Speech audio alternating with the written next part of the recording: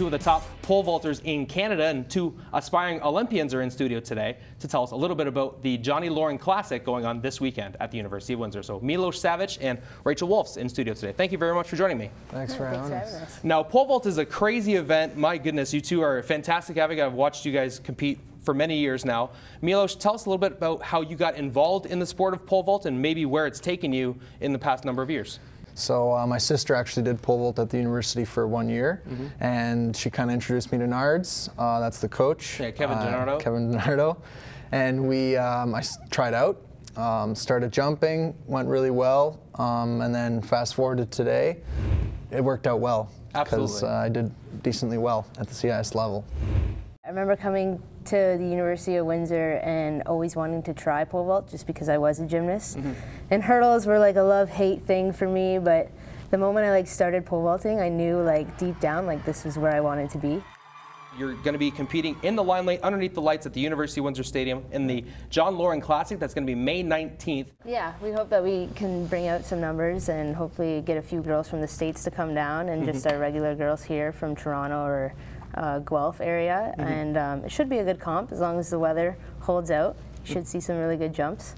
May 19th, that's the Johnny Lauren Classic. The women's competition will start at 5 p.m. and the men's will start at 7:30.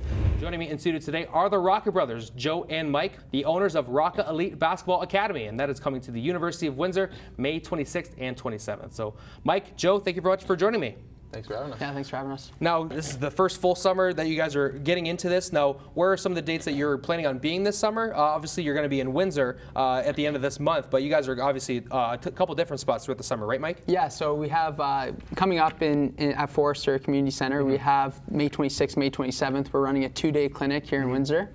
But to add on to that, we've actually have 4 camps in Sarnia, and then we just announced that we're expanding and we have a camp in Chatham as well. Wow. So the dates for all these camps can be found on our website at rockabasketball.com. Okay, simple enough. I love it. Yeah, but yeah, they're mainly in July and August as soon as the kids are out of school and they have opportunity to come to some camps and get better in preparation for their school year coming up in September. Is there anything that you're looking forward to the most? Honestly, for me anyway, it's seeing the kid's development on the first day compared to his development on the last day, and seeing that growth within a week, and seeing how happy they are in the process of the training is what really gets me going and what makes me want to keep giving back to them.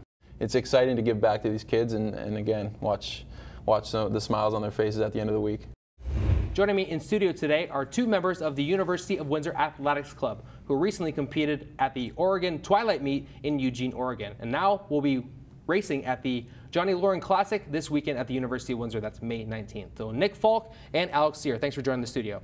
Thanks for having us. No problem. Now, of course, a big trip recently for you guys last week over to Eugene. Nick, as someone who's a former member of Team Canada's cross-country team, must be really cool to go over to the heart of track and field, so to speak, and compete in Eugene, Oregon. Yeah, that's at the University of Oregon there, and it's kind of like the mecca of track and field, I would say. So I feel like everyone's got to make a pilgrimage to Hayward Field there. There's a lot of history with the University of Oregon guys like Steve Prefontaine, who's kind of a legend in the sport, competed there for the university, and they put on a whole host of meets in the spring and all along the west coast there, but specifically we were in Eugene there, and it was really kind of special to go there and race, and we had great weather there, and just a great place to open up the season. Absolutely. Now, Alex, you've healed up now, you get to go outside and you get to go start running again. What was it like for you to get one of your opening runs of the year at such a fantastic venue like Eugene, Oregon?